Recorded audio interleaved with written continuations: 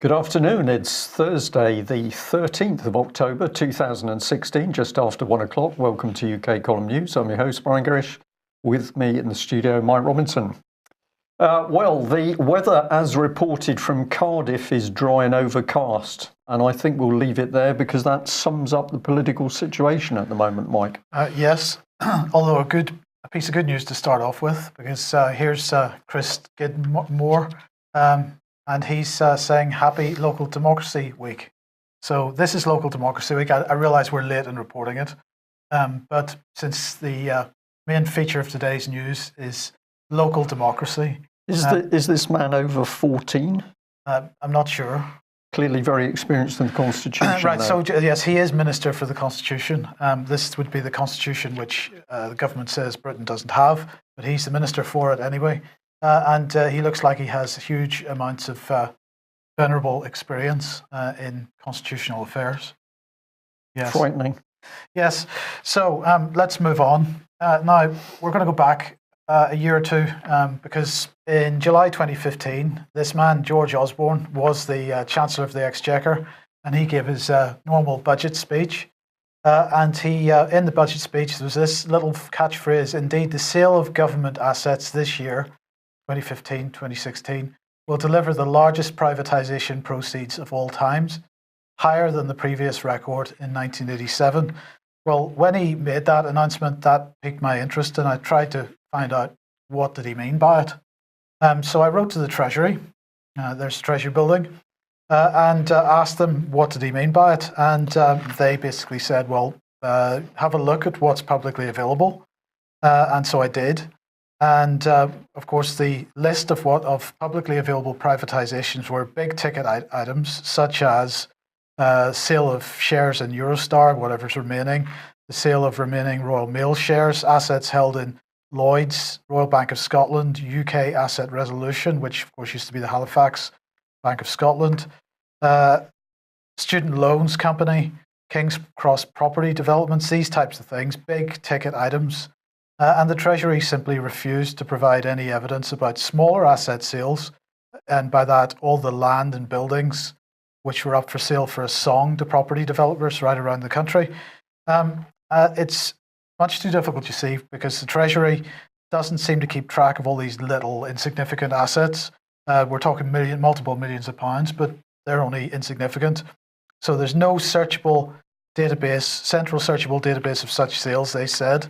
But in the next sentence in the reply to me, they said, searches targeting the specific assets you mentioned return very high numbers of results. So at the time, I wasn't quite able to get my head around how they don't have a database, but they do have a database, and there's so many results returned from it that it would be far too expensive to actually give me the information that I want. So, you know, it did occur to me at the time that perhaps it was the Treasury's job to know what government departments were selling off. And if they don't know, for example, how do they know what money is being misappropriated? But anyway, that privatisation was going on, and it was all being done under the name of austerity. And, well, in the same time, in the same breath, David Cameron was busy continuing to push his big society model. This will all come together in a couple of seconds.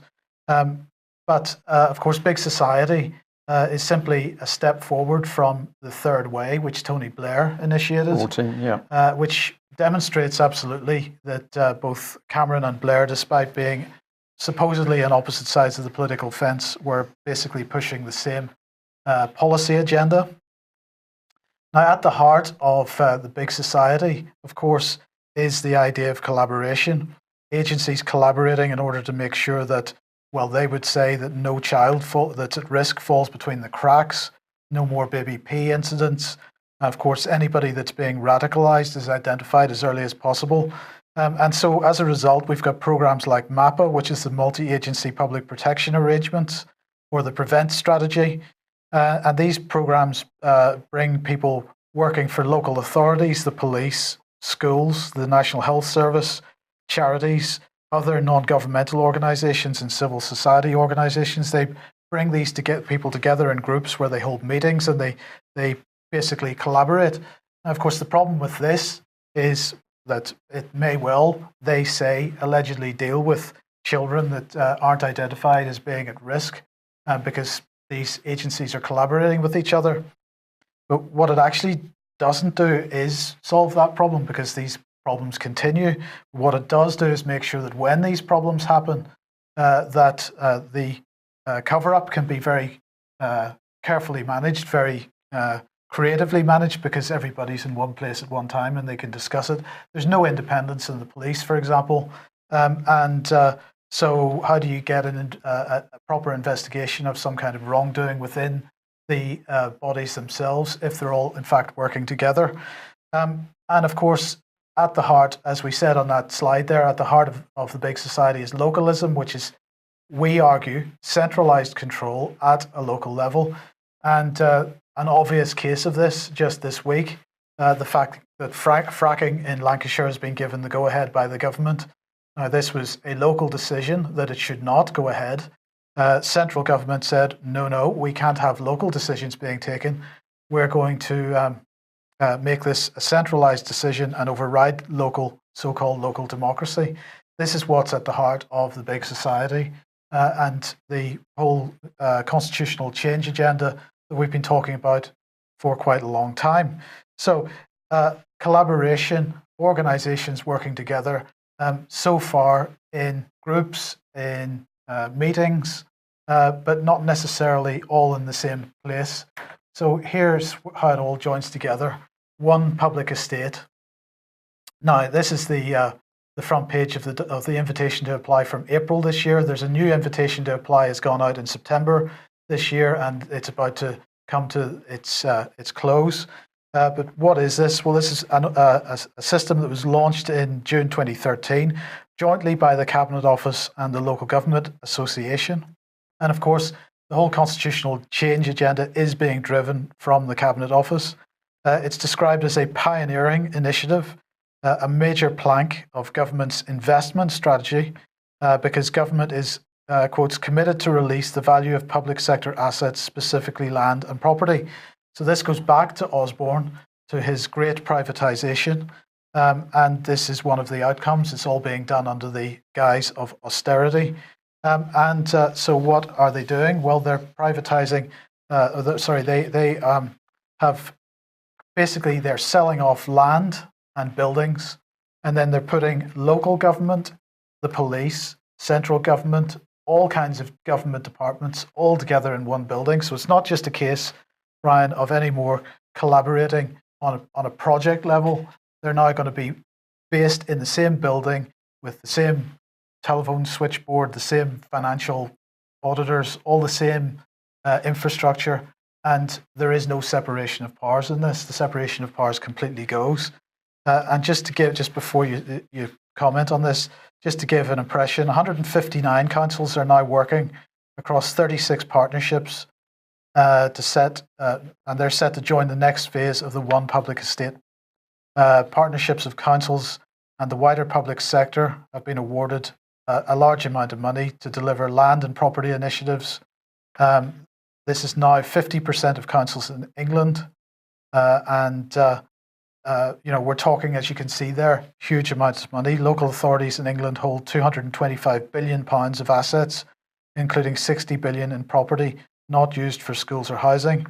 By using assets more effectively, councils can create local economic growth. This is how they're describing it. It's all about local economic growth. It's all about efficiencies. It's about austerity. But of course, what it's actually doing in the process is bringing this infrastructure in place of localism, bringing centralised control to the local level, because central government departments will be in the same buildings as local government agencies. And we were softened up to this, Mike, because of course we take somewhere like Nottingham or even Plymouth, we had individuals or groups of police officers, for example, moving into the local Nottingham government building and sharing office space. So this was to get people used to the idea that we didn't have separation of powers with the police, for example, but they were going to be working in alongside the council.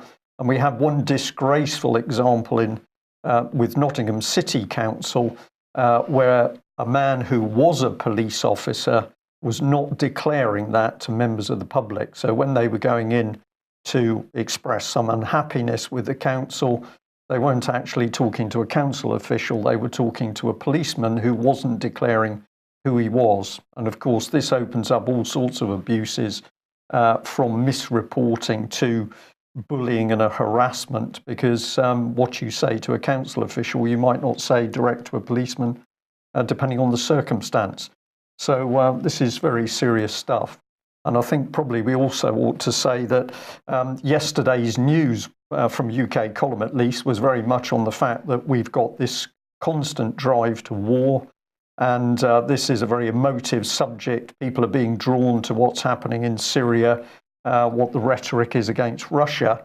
While they are distracted on those overseas issues, this policy is all being driven through well, it's accelerating rapidly.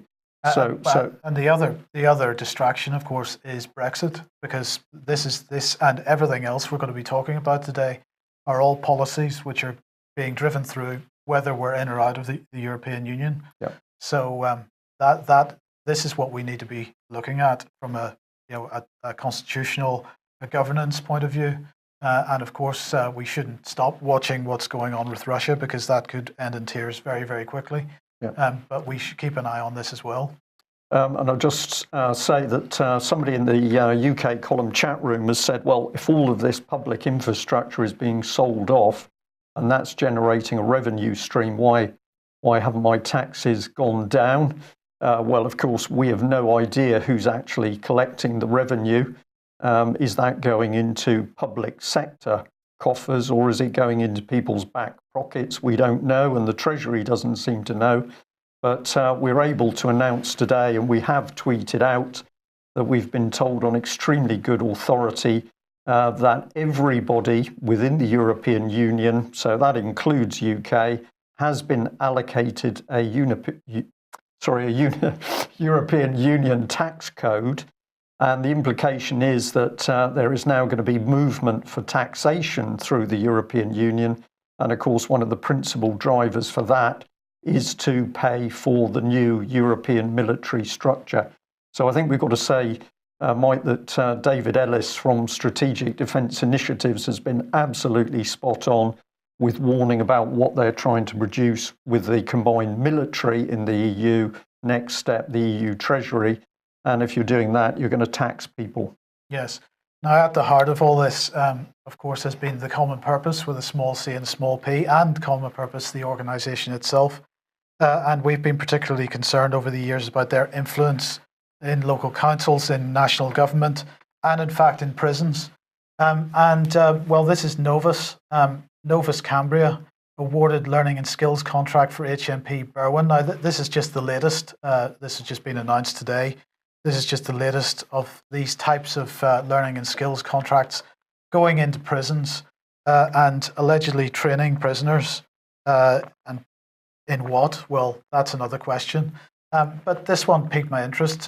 Who are Novus?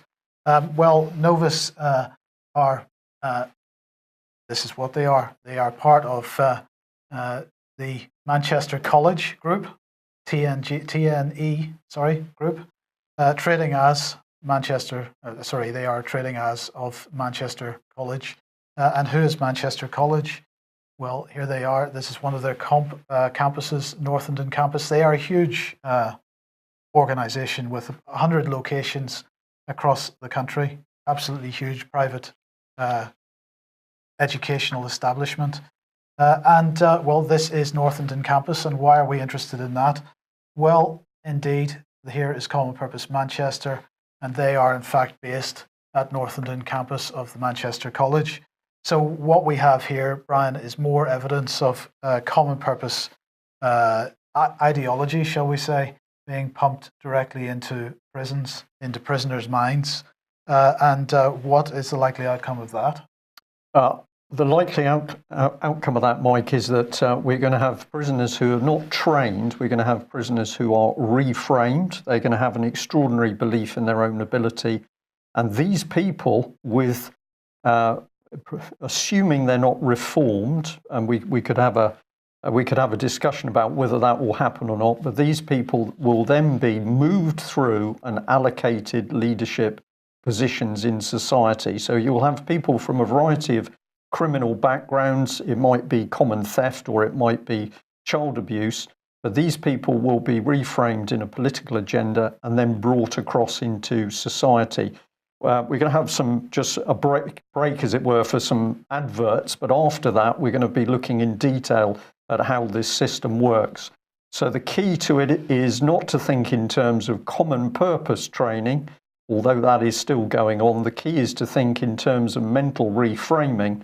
And of course, the dangerous weapon is the political use of neuro-linguistic programming to actually change people's views, values, and belief structures in line with what the government thinks. So this is a very, very dangerous agenda. And if people want more information on what Common Purpose has been up to in prisons, have a look at the cpexposed.com website, because if I remember correctly, there is documentation there showing Common Purpose running training courses inside Hull prison. And of course, at the time, questions were asked, what's this training for? Nobody wanted to answer. So what can we do? Well, we are going to say people need to understand what's happening in the country. And the first thing to understand is that the United Kingdom is now a lawless state. So if we take the example of the sell-off of public infrastructure with no proper audited accounts, this, of course, is criminal activity at the highest level within the government, but we could choose many other examples. So key part of the November the 19th event is to take the lid off the state of the country, but then to have a look at what we should be doing in order to turn things round. Now, this is one of the key points, and we really need to be pushing this very, very hard. It's no good being at home worried on your own, not sure what to do about it. You need to be joining up with other people, 2, 3, 4 or more, in order to discuss what's going on, in order to give each other mutual support. And ultimately, if we are fighting a government-installed network of new future leaders, the way to do that is to infiltrate it with another network. So are things moving? Well, we're delighted to say they are. And a couple of adverts here. There's a new rule of law forum started in Totnes, which we've mentioned a couple of times. We've also got activity started in Telford and Shropshire, so that's very good. And we're also we'd also like to say a big thank you to the team in Penzance Truth Movement, who of course have been working for years in order to help educate people as to what's really happening in UK. And talking of the Penzance Truth Movement, this Saturday a talk on the NHS, which I'll be joining in. Details are here on screen, but if you are in the West Country and can get down to the tip of England, or Cornwall probably I should say, then please come and join us. Big shot for that. I probably won't actually. I think we'll get away with it. So if that is the good news, well, let's have a look at how the UK is being broken apart, and what better person to bring on screen than David Cameron. And we had the news yesterday, I think it came out the day before. David Cameron has landed his first job after quitting Parliament, with a role pushing for expansion of his pet national service project. So this is really key stuff, because this is an unpaid role with one of the planks of his Big Society agenda. And this is Telegraph, so if you want to check through on this, have a look in the Daily Telegraph. So Cameron is to chair the NCS patrons body, driving expansion of the scheme. And the announcement comes as the government introduces a national citizen service bill to create a royal charter for legal footing. So this is the formalization of this network. And as we're going to see, what are they doing? They are training the future leaders who are then going to be selected. So let's bring him back on screen and we just add this bit into it. So if you go and have a look for the National Citizen Service, you can find it on the gov.uk website. As far as the image of selling it, it's all about children going out and doing wonderful but tough outdoor activities, when the reality is that actually it is a model of common purpose training whereby these youngsters are going to be taken through a reframing exercise to make them better people so they learn how to serve the state. And when they've learned that lesson, then they can graduate, where they will be put on a special list and given special promotion up the social ladder. It's pretty apparent what's going on here, and we could call it Hitler Youth Light, I think is probably a reasonable description. So what sort of man is David Cameron? Well, of course, he said that we should all be ready for change. He's a change agent. Well, what we've got to remember is that the undeclared change is the destruction of democracy and the imposition of big society. So this tactic of calling for change, but you never describe what you're changing from to, you just call for change. This is, of course, the disruptive state. And this is the man at the back of it, Saul Alinsky. It's an open secret that Saul Alinsky doctrine has been used within the Labour Party and within the Conservative Party. It's the driving agenda for the big society. And Alinsky advocated rubbing communities raw to create the tension necessary for, quote, revolutionary change. So if you wonder why we live in such aggressive, unhappy communities, because everything the government is doing at the moment is to make sure that that tension is there. And Alinsky also said that anything was acceptable to achieve the ultimate political goal. So a little bit of fraud in the treasury would be ideal, selling off the public infrastructure, destroying the NHS, all of that. Good news, because that helps you on your way.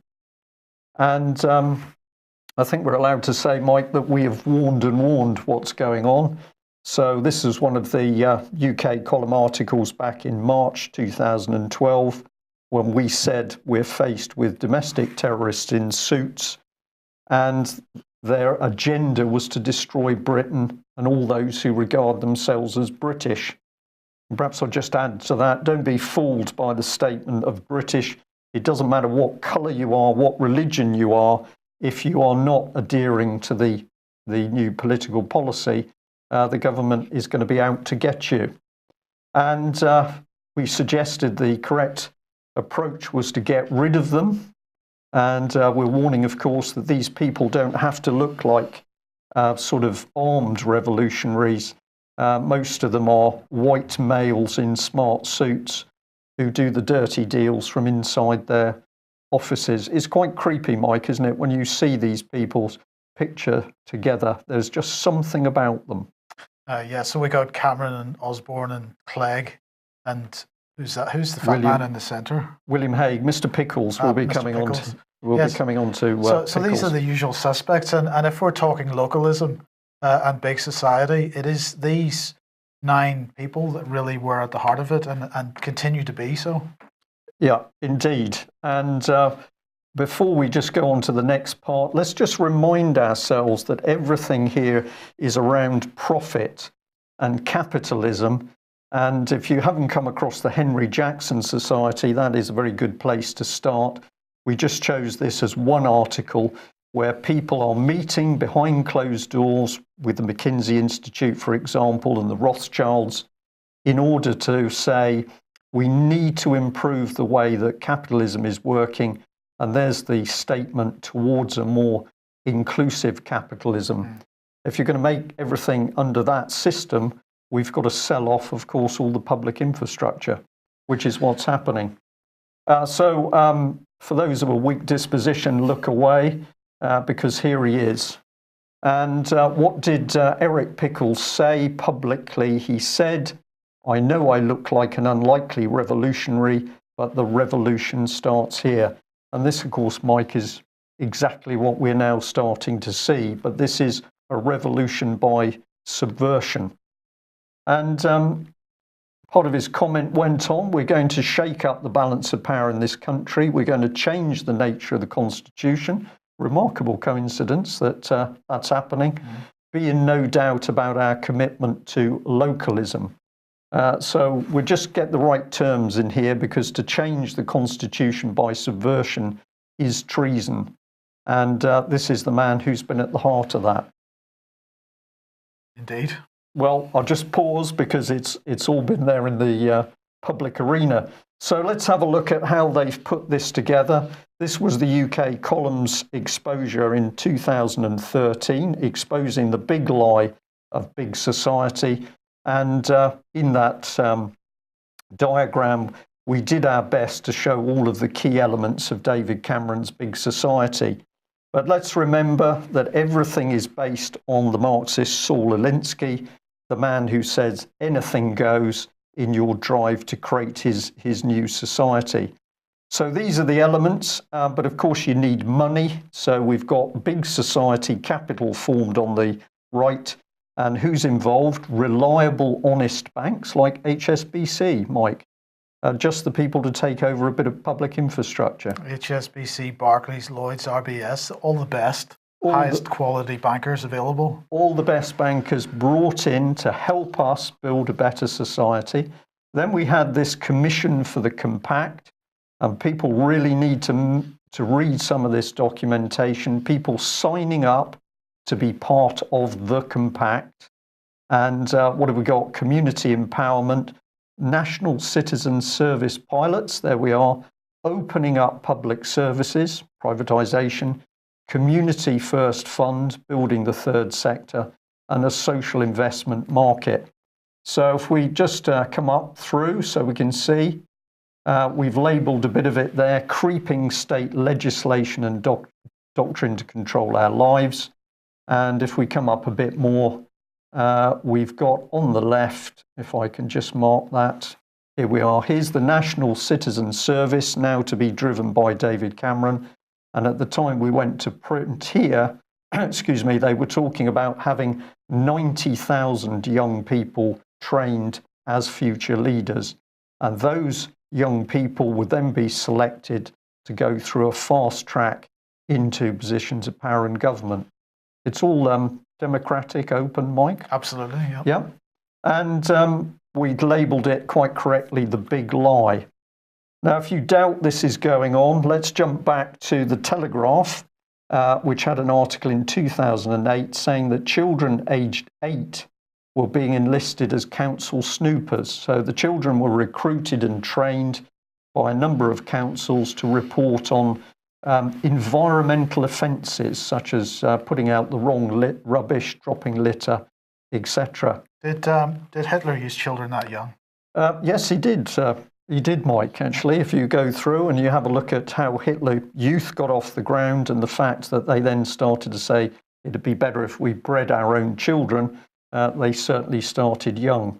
So this is part of that Telegraph article, which is that children were now covert human intelligence resources. That was the label the children were given by the local authorities.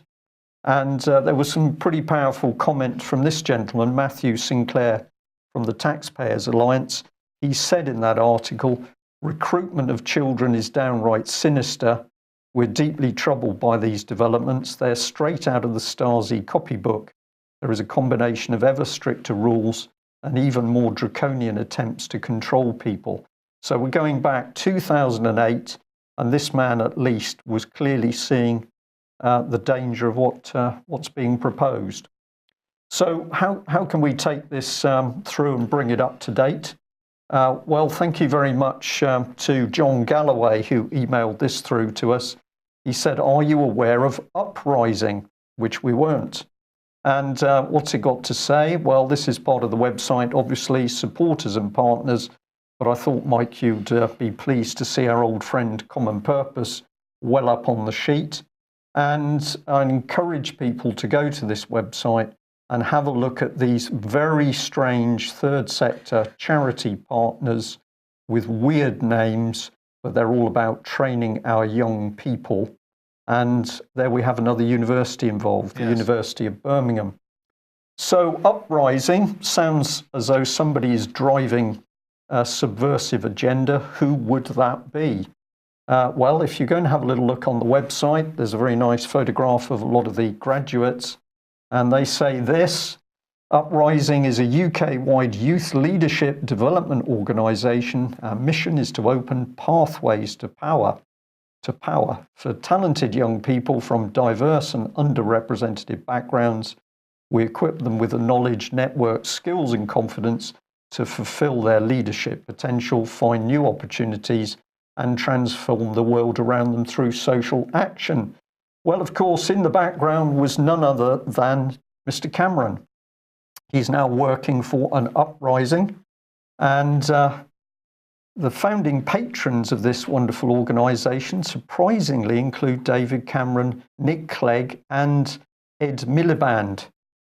So there they are on screen. So men who can't govern the country, we can't have a stable, prosperous country, we can't have a proper NHS, but they're working together in the background to train children out of sight of their parents.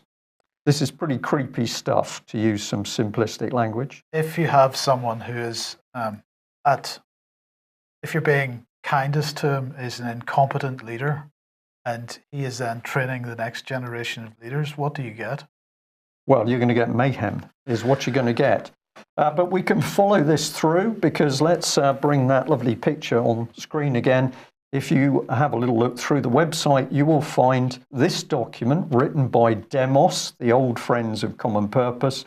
And now we're getting into the meat of it, because what's the title? The Power of Uprising, an interim report, where Demos boasts that they've spoken to these leaders. So have a look through these names: Lord Victor Abadwali. Thank you. We've got politicians, we've got chief executives of third sector companies, we've got a partner at PricewaterhouseCoopers, the big auditing company. Apparently these are leaders and their opinion on the training counts. So Demos, formerly a Marxist organisation, I believe, is commenting. And they say, we have evidence that uprising works and that our impact is both immediate and long-term. Our young people are already achieving positions of power. There's that word, power, not service, power, securing new opportunities and transforming their communities. And the spelling mistake is theirs, not mine. So are we reading this wrong, do you think? Or no. Have we got a conspiracy at work here? Criminal conspiracy. A criminal conspiracy.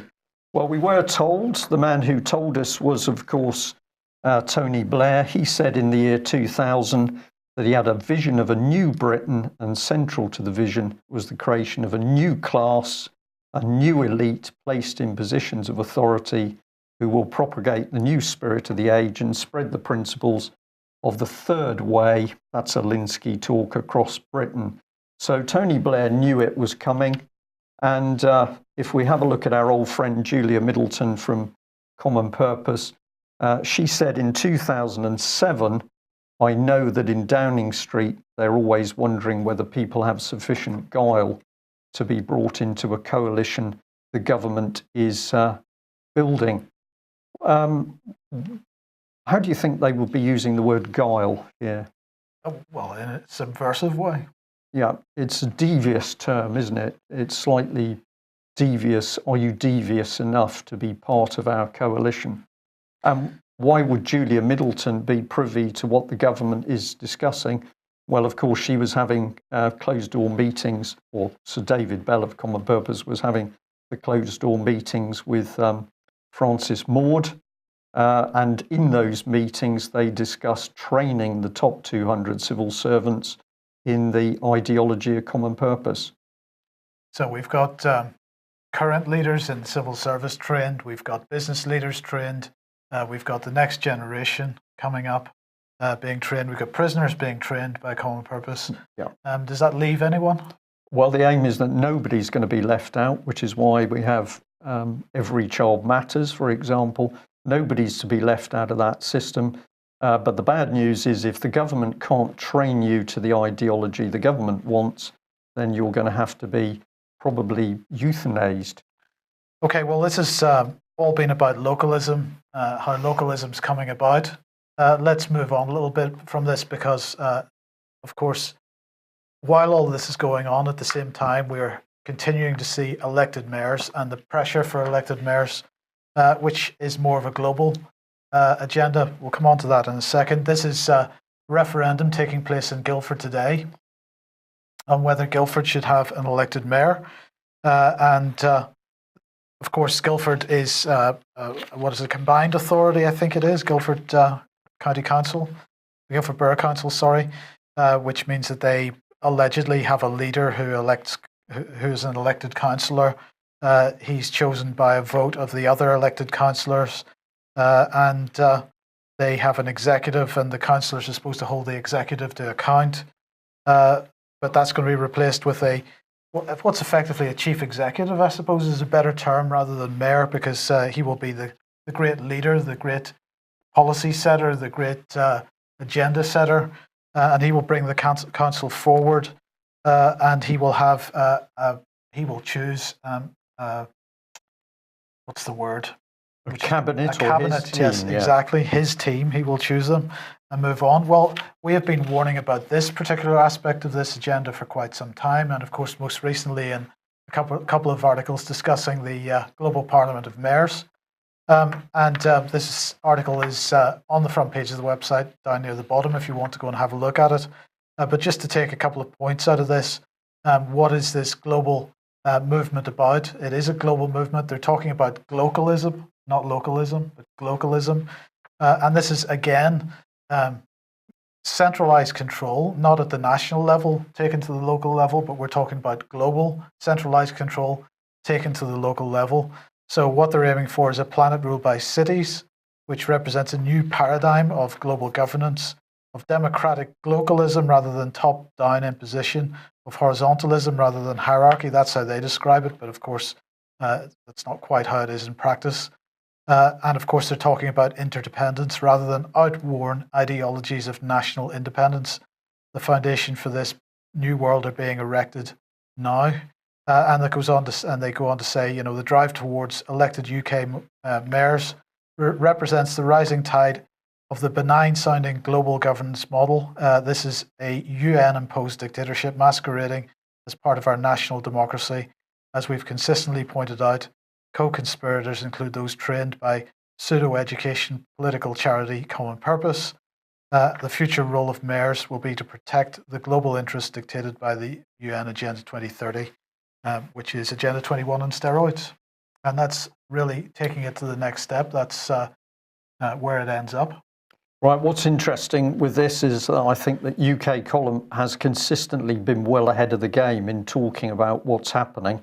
The advantage now is that we can actually see by examples unfolding each week that this is the system that's coming into force. Where do we end today's news? Well, we think we're at the tipping point, and this is the best way we could have a look at what's actually happening. We go to the right of the seesaw, and we've put right at the top, of course, the fraudulent banks, because without control of the money supply, without the fraud and corruption in the banks, none of the political agenda could be working. But what is dangerous in that? Well, we have everything from Big Society, with the heavyweight Eric Pickles, who, of course, he's been one of the major drivers. So he's added his considerable weight to that agenda, even though I think the Telegraph described him as a pink geisha. I don't quite know how they worked that out, but there we go. We've got fraud, corruption, perversion, the state stealing people's children. We've got secret courts. We've got the common purpose networks. We've got change agents. We've got the elected mayors, of course, which you've covered, Mike. We've got the media and propaganda. We've got behavioural change. And we've got the linking together of these agencies. So MAPPA, the multi-agency public protection arrangement, dovetailing the police and mental health services in with supposedly social services. Same with those multi-agency support hubs, MASH. We're now replacing the police with private security companies. So this is some of the weight on one side of the pivot point. What's the good news? Well, the good news is there's a lot of good people who are quite capable of stopping what's happening if they understand what is actually being done. So we've put 40 million good people there. We've still got some good politicians, although I would say they're all cowards. We've got some very good people in the public sector. They need to be encouraged to speak out. And we've got to really get to grips with who's controlling money in the country. And of course, we've got to protect our constitution and common law.